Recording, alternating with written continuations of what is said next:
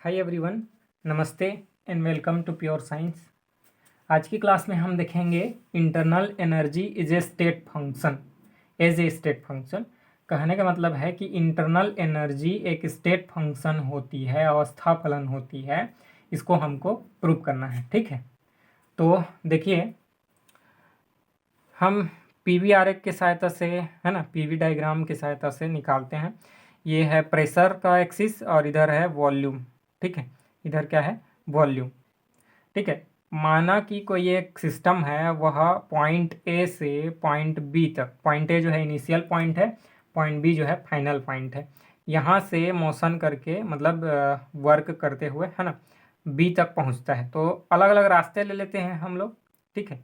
ये है number one, ठीक है, ये टू, यहाँ थ्री, ठीक है, और इधर फोर। तो ये पाथ अलग अलग है ना। Path A, path one, path two, path three, path four, ठीक है। इनसे हो करके ए से बी तक पहुंचता है, ठीक है। इंटरनल एनर्जी का डेफिनेशन मैं बता चुका है ना। इंटरनल एनर्जी जो है काइनेटिक एनर्जी, पोटेंशियल एनर्जी दोनों का एडिशन। लेकिन अगर हम आइडियल गैस लें तो सिर्फ उसमें सिर्फ काइनेटिक एनर्जी होती है, ठीक है। इंटरनल एनर्जी काइनेटिक एनर्जी के बराबर ही होती है, ठीक है, आइडियल गैस के कंडीशन में, ठीक है। तो इंटरनल एनर्जी जो है, यह इसका मान जो है प्रारंभिक अवस्था और अंतिम अवस्था पर ही निर्भर करती है। इसका मान जो है रास्ते पर निर्भर नहीं करती। इसको हमको प्रूव करना है, ठीक है। तो चलिए मानते हैं पाथ ए के लिए, पाथ वन के लिए, ठीक है, कोई सिस्टम है ए से बी तक जाता है पहले रास्ते से होकर के, ठीक है। इस रास्ते में वह Q1 एनर्जी एब्जॉर्ब करता है, ठीक है। ए से बी तक जाने में कार्य करता है W1, ठीक है। Q1 एनर्जी एब्जॉर्ब करता है, कार्य करता है W1, ठीक है। तो उसके द्वारा जो है, उसके Q1 एनर्जी जो एब्जॉर्ब करता है उसमें W1 कार्य करता है। तो पूरा का पूरा कार्य क्या बोलते हैं, हीट जो है एब्जॉर्ब किया है वह कार्य में तो चेंज नहीं हो जाएगा, ठीक है। उसका एनर्जी, इंटरनल एनर्जी भी कुछ परिवर्तित होती है। तो मान लेते हैं कि Q1 माइनस W1, है ना, इतनी इंटरनल एनर्जी उसका जो है इंक्रीज होता है, ठीक है। इंक्रीज होता है इंटरनल एनर्जी, रास्ता वन से होकर के जाता है। तो इंटरनल एनर्जी में, इंटरनल एनर्जी इसको मान लेते हैं U1, ठीक है। तो इतना इंटरनल एनर्जी उसका इंक्रीज होता है, इंक्रीज, ठीक है। इतना जूल जो है इंक्रीज होता है। अब हम पाथ टू को देखते हैं। पाथ टू में जो है जब रास्ता दो से होकर के जाता है, इसको ये वाला लिख दे रहा हूँ टू, ठीक है। तो Q2 energy absorb, heat absorb करता है सिस्टम, और W2 वर्क करता है, ठीक है। सिस्टम है, यहाँ पर मैं ड्रॉ कर दे रहा हूँ, ठीक है। ये एक पिस्टन है और एक सिलेंडर में पिस्टन लगा हुआ है, ठीक है। तो ये जो है ना, यहाँ गैस भरी हुई है, गैस, ठीक है।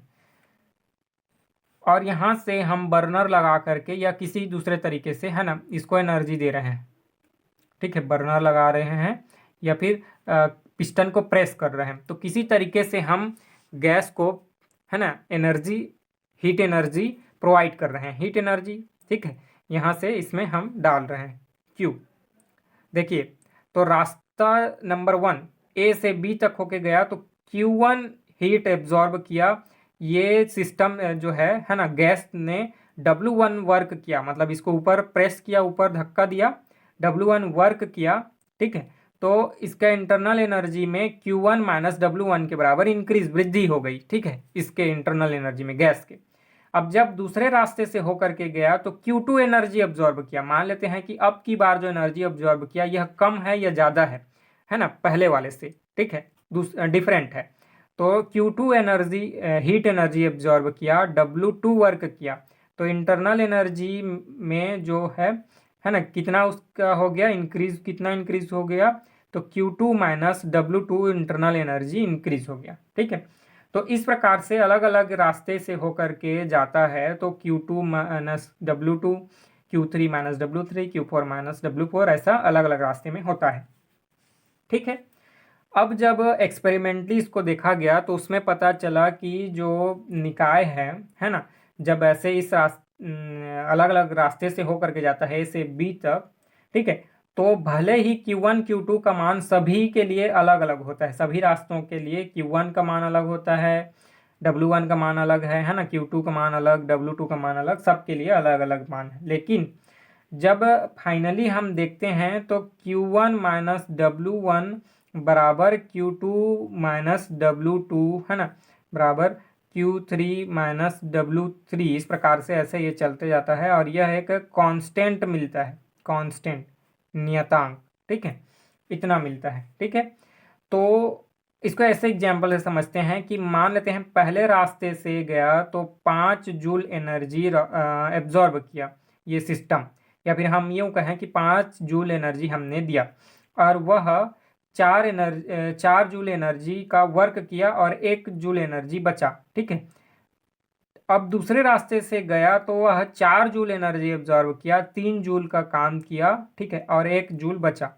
तीसरे रास्ते से गया तो 6 जूल एनर्जी एब्जॉर्ब किया, 5 जूल का वर्क किया। ठीक है, इस प्रकार से सभी से जो एनर्जी जो है एब्जॉर्ब करेगा और जितना काम करेगा उसके बाद जो बचेगा इंटरनल एनर्जी है ना, वह सभी के लिए बराबर होता है, तो वह 1 जूल है।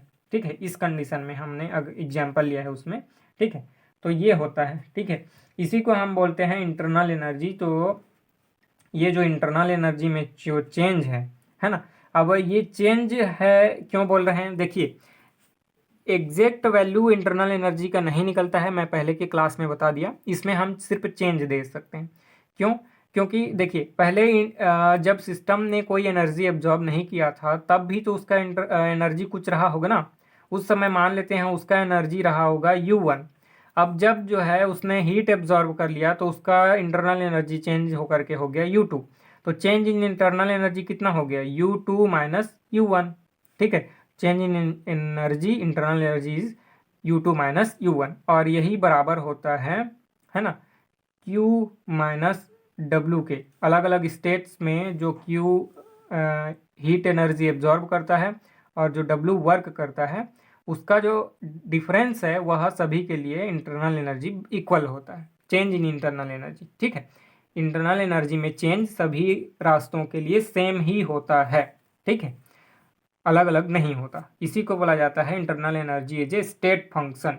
ठीक है, कि इंटरनल एनर्जी अवस्था पर निर्भर करती है, रास्ते पर नहीं। ठीक है, ठीक, अगर हम मान लेते हैं कि जो एनर्जी इंटरनल एनर्जी चेंज होती है या कोई भी वर्क डन होता है जिसमें पहला कोई निकाय ए से होकर के बी तक पहुंचता है रास्ता नंबर 1 से, अब यह किसी दूसरे रास्ते से बी से होकर के ए तक वापस आ जाता है, ए से बी तक जाता है किसी एक रास्ते से, वापस आता है किसी दूसरे रास्ते से। अब रास्ते पर तो डिपेंड नहीं करता, ठीक है, दोनों रास्तों में इक्वल ही होगा।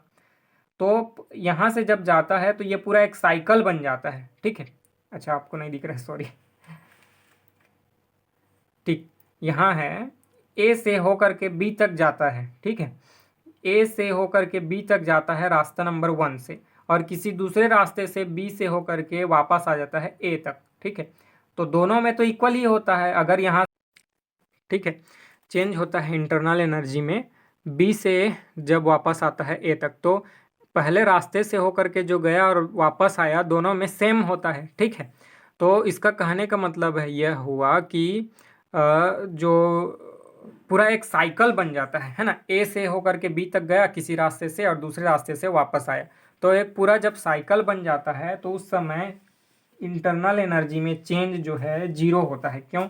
देखिए ए से बी तक गया, ए से बी तक, तो उसमें इंटरनल एनर्जी में चेंज होता है, मान लेते हैं +2 जूल का, है ना, इंटरनल एनर्जी इतना परिवर्तन होता है। ठीक है, अब बी से ए तक वापस आता है तो नेगेटिव चेंज होता है। ठीक है, -2 जूल जो है बाहर निकल जाता है। ठीक है, देखिए यहाँ से यहाँ तक गया, ये सिस्टम है, इसमें ए से बी तक गया तो उसने एनर्जी ऑब्जर्व किया तो उसका पॉजिटिव चेंज हुआ इंटरनल एनर्जी। ठीक है, इसने एब्जॉर्ब कर लिया 2 जूल का एनर्जी, तो उसमें पॉजिटिव चेंज हो गया। अब जब यहाँ से बी से वापस आता है ए तक तो ये पूरा एनर्जी को बाहर रिलीज कर देता है, और कितना रिलीज करता है, हमने देखा कि दोनों रास्तों पर सेम ही चेंज होता है एनर्जी। तो बी से ए तक आता है तो 2 जूल एनर्जी को बाहर रिलीज कर देता है। पहले 2 जूल एनर्जी एब्जॉर्ब किया था, अब 2 जूल एनर्जी रिलीज कर देता है। दोनों में परिवर्तन सेम ही होता है, ठीक है। तो change in internal energy is equal to 2 - 2 is equal to 0। किस कंडीशन में, साइक्लिक प्रोसेस में। साइक्लिक प्रोसेस जब होता है तो उसमें चेंज जो है 0 होता है, ठीक है। तो इसलिए हम इसको लिख सकते हैं कि change in internal energy in cyclic process. देखिए ये जो इंटीग्रेशन मैंने साइन लगाया हुआ है और उसमें यहाँ गोल घेर दिया है, तो इसका मतलब है कि साइक्लिक प्रोसेस में change in internal energy is equal to 0। इसको ध्यान रखिएगा, ठीक है। साइक्लिक प्रोसेस में change in internal energy is 0। और अगर आंतरिक ऊर्जा में इंटरनल एनर्जी में इंक्रीज होता है तो उसको हम पॉजिटिव लेते हैं, और इंटरनल एनर्जी अगर डिक्रीज होता है तो हम उसको नेगेटिव लेते हैं, ठीक है। ठीक, तो ये हो गया internal energy as a state function, ठीक है। कोई डाउट हो तो पूछिएगा। मिलेंगे अगले क्लास में, तब तक के लिए नमस्ते, थैंक यू।